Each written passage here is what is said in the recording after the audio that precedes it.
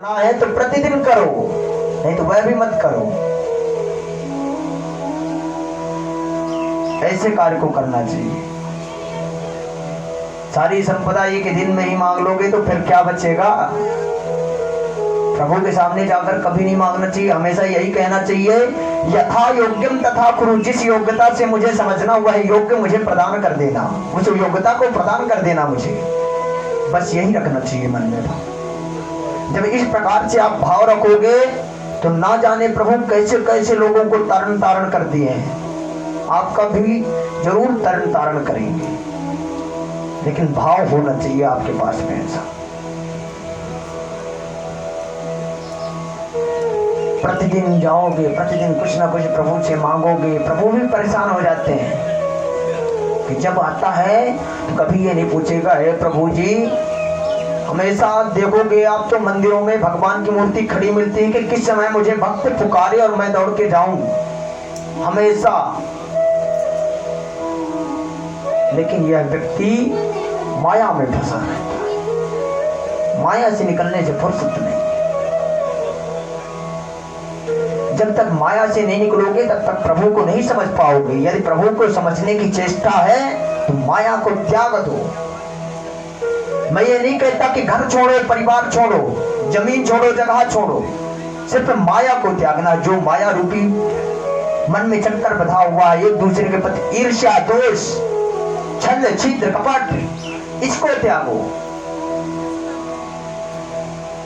जब इसको त्यागोगे तभी प्रभु के चरणों में प्रीत कर पाओगे। अन्यथा कितना भी आप दिखावा कर लो, भगवान भी जानते हैं, हम नहीं देखेंगे, आप नहीं देखोगे, लेकिन ऊपर वाला सर्वत्र विराजमान होता है, सबको देखता है। हम सबके संसारियों के नेत्रों से बच जाओगे, लेकिन ऊपर वालों के नेत्रों से बचोगे क्या? इसलिए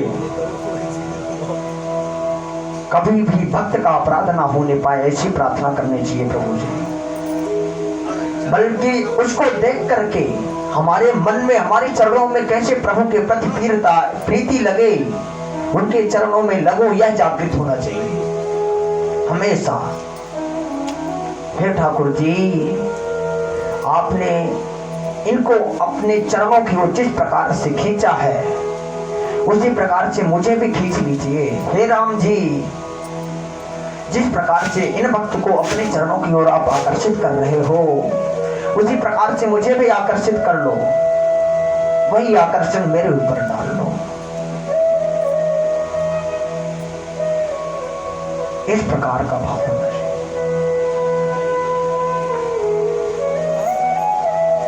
चलते चलते क्रम में और आगे भक्ति करने के नियम बताए कि भक्ति किस प्रकार से होनी चाहिए। भगवान ये नहीं कहते कि मुझे लड्डू चढ़ाओ, पेड़ा चढ़ाओ तभी मैं मानूंगा। भगवान कहते मात्र ओनली मानसिक पूजन करो, कहीं भी रहो, किसी भी अवस्था में रहो, ध्यान लगा लो। जिस प्रकार से अपने शरीर के नृत्य किया करते हो उसी प्रकार से ध्यान लगाओ, कहीं भी बैठ जाओ। मैं देखता हूँ कि ट्रेनों में भी मुस्लिम भाई बंधु रहते हैं तो अपना आसन बिछा करके अपनी नमाज अदा करते हैं। क्या हम नहीं कर सकते?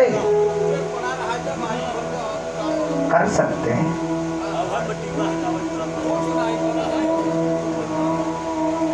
कर सकते हैं, कुछ नहीं करना, आपको ध्यान लगा लीजिए, बैठ जाइए, आसन को बिछाइए, आसन को बिछा करके बैठ जाइए, ध्यान लगा लीजिए, नेत्र बंद कर लीजिए। वहीं से चला जाए, बैटरी भर से बंद कराइए सिस्टम बंद कर फोन मार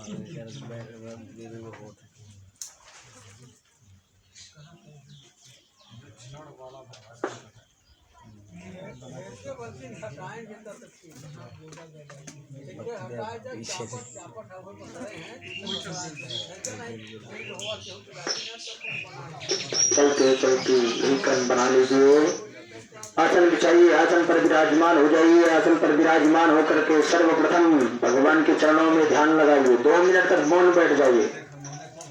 जब आप मन बैठोगे तो भगवान के चरणों का स्मरण करिए। चरणों का जब आप स्मरण करोगे जब भगवान आपके चित्त में आ जाए तो ध्यान लगाइए कि अब मैं भगवान को पाद्यम पैर धुलवा रहा हूं,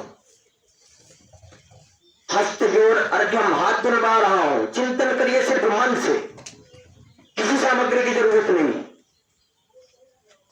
चिंतन करिए कि मैं ध्यान कर रहा हूं, हाथ धुलवा रहा हूं भगवान का। मुखे आचमनीय, जिस प्रकार से अपने शरीर के अंग के स्नान करते हैं तो सबसे पहले पैर धुलते हैं, हाथ धुलते हैं, कुल्ला करते हैं, उसी प्रकार से मुखे आचमनीय सर्वांगे स्नानियम, पूरे अंग में जल डाल रहा हूं, स्नान करवा रहा हूं। सिर्फ चिंतन करना, ध्यान लगा करके प्रभु के चरणों। बहुत से लोग होते हैं टीवियों में कथा सुनते हैं और जैसे जैसे प्रसंग आता है उसी प्रकार से नृत्य किया करके और अपने तरण तारण की व्यवस्था बना लेते। एक माता जी थी अयोध्या की, उस समय कार्यक्रम में मैं था अयोध्या में, और देवकी नंदन जी की कथा पढ़ रही थी। उसमें जमुना का प्रसन्न आया तो माता जी कहती हैं, बेटा मुझे 5 मिनट के लिए समय दे दो, मैं थोड़ा सा जमुना जी में स्नान कर लूं, उसके पश्चात पूजन करूं। जब प्रसंग आया तो पूजन में आसन के नीचे जल छोड़कर प्रणाम करके गई और अपने ध्यान को एकदम एकाग्र किया, एकाग्र करके गई और अपने मन में चिंतन की ठाकुर जी का और स्नान करने गई। 5 मिनट बाद आई, कहती है मैंने अब जमुना में स्नान कर लिया है, अब पुनः प्रारंभ। यही क्रम होना चाहिए ठाकुर जी के लिए। आपने हाथ स्नान करवाया, आप अनेक प्रकार के अपने अंग को सजाने के लिए साबुन शैम्पू का प्रयोग करते हो, अनेक प्रकार के। उसी प्रकार की जो पंचामृत है यह भगवान के साबुन शैम्पू रूप में प्रयोग किया। मन से जब भगवान को हम पंचामृत चढ़ा रहे हैं सिर्फ मान से, उसके पश्चात पुनः शुद्ध जल डालते हैं। अब भगवान के ऊपर मैंने शुद्ध जल से स्नान करवाया। शुद्ध जल से स्नान करवाने के बाद हम वस्त्र पहनाते हैं, भगवान को वस्त्र पहना। जिस प्रकार से अपने अंग की सेवा हम करते हैं उसी क्रम से भगवान की भी सेवा करना चाहिए। ये नहीं कि आपके पास सामग्री उपलब्ध हो तभी आप पूजन करें। ध्यान को एकाग्र करने की बात। चलते चलते पुनः कथा में आते हैं। कृष्णाय वासुदेवाय हरते परमात्मने प्रणत क्लेशनाशाय गोविंदाय नमो नमः। कृष्णाय वासुदेवाय हरे परमात्मने। कृष्णाय वासुदेवाय, हे कृष्ण गोविंद, हे वासुदेव जी के पुत्र, हरे परमात्मा, जो भी हमारे अंदर क्लेशाक्रांत ईर्ष्या द्वेष मद इत्यादि प्रवेश है उसका हरण कर लीजिए। हरे परमात्मा और प्रणत क्लेशनाशाय गोविंदाय नमः। जब आप इन सभी क्लेशों का हरण कर लेंगे तब आपके चरणों में अवश्य ही प्रीति हो जाएगी।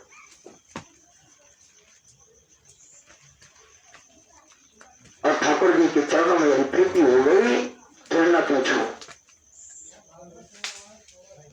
बिना चीजे बिन मांगे ही कन्हैया हर चीज मिल रही है। लेकिन पहले लगो, जब लगोगे तब। अगर नहीं लगे हो तो पता नहीं, मांगते रहो, पूरी करें कि ना करें। जब लग जाओगे और मांगोगे तो अवश्य पूर्ण करेंगे, हर एक चीज प्राप्त कराएंगे। हरे परमात्मे प्रणत क्लेशनाशाय गोविंदाय नमो नमः। हे प्रभु, सदा सर्वदा अपने चरणों में प्रीति लगाना हमारे। इस प्रकार से भाव को देखते हुए प्यारे प्रभु ने साल्व का उद्धार किया, दलित वक्त का उद्धार किया, गोविंदाय नमो नमः किया। इसके पश्चात आती है कृष्णास्यासीत् सखा कश्चित् ब्राह्मणो ब्रह्मवित्तमः अविरक्तेन्द्रियार्थेषु प्रशान्तात्मा जितेन्द्रियः। कृष्णास्यासीत् सखा कश्चित् ब्राह्मणो ब्रह्मवित्तमः। भगवान श्री कृष्ण के सखा कौन थे? सुदामा जी। ब्राह्मणो ब्रह्मवित्त महा, हमेशा भगवान के चरणों का ध्यान करना, स्मरण करना। अब आपके मन में प्रश्न उठ रहा होगा कि जब वह भगवान के चरणों का ध्यान रखते थे तो वह दरिद्र क्यों थे? कौन कहता है कि दरिद्र थे? बहुत से लोग कहते हैं कि भिखारी थे। कौन कहता है कि भिखारी थे? भिक्षाटन करना ब्राह्मण का प्रथम कर्तव्य है। शास्त्रों में लिखा है कि ब्राह्मण को 5 घर में जाकर के भिक्षा मांगकर अपने पेट का जीवन यापन करना चाहिए। वेद पुराण में लिखा है। आप भिखारी कहते हो? खुद को सम्मानित चाहिए, किसी के प्रति ऐसा भाव निकालने पर। बेधर्मियों ने जैसा फैला दिया उसी प्रकार से हम ढल जाए, ऐसा कभी नहीं होना चाहिए। जो हमारे वेद शास्त्र पुराण कहते हैं उसके अनुसार चलना चाहिए। एक समय बेधर्मियों ने फैलाया था कि महाभारत ग्रंथ को घर में रखने से महाभारत होती है। न जाने कितने लोगों ने महाभारत जैसे ग्रंथ को घर से बाहर भेज दिया। यदि महाभारत जैसे ग्रंथ को मतलब जैसा भ्रम फैलाया लोग उसी प्रकार से ढल जाना चाहिए क्या हमको? अपने वेद पुराणों को भी देखना चाहिए, शास्त्र की मर्यादा भी देखनी चाहिए, उसके हिसाब से चलना चाहिए। जो जैसा कह दे उसी हिसाब से नहीं होगा।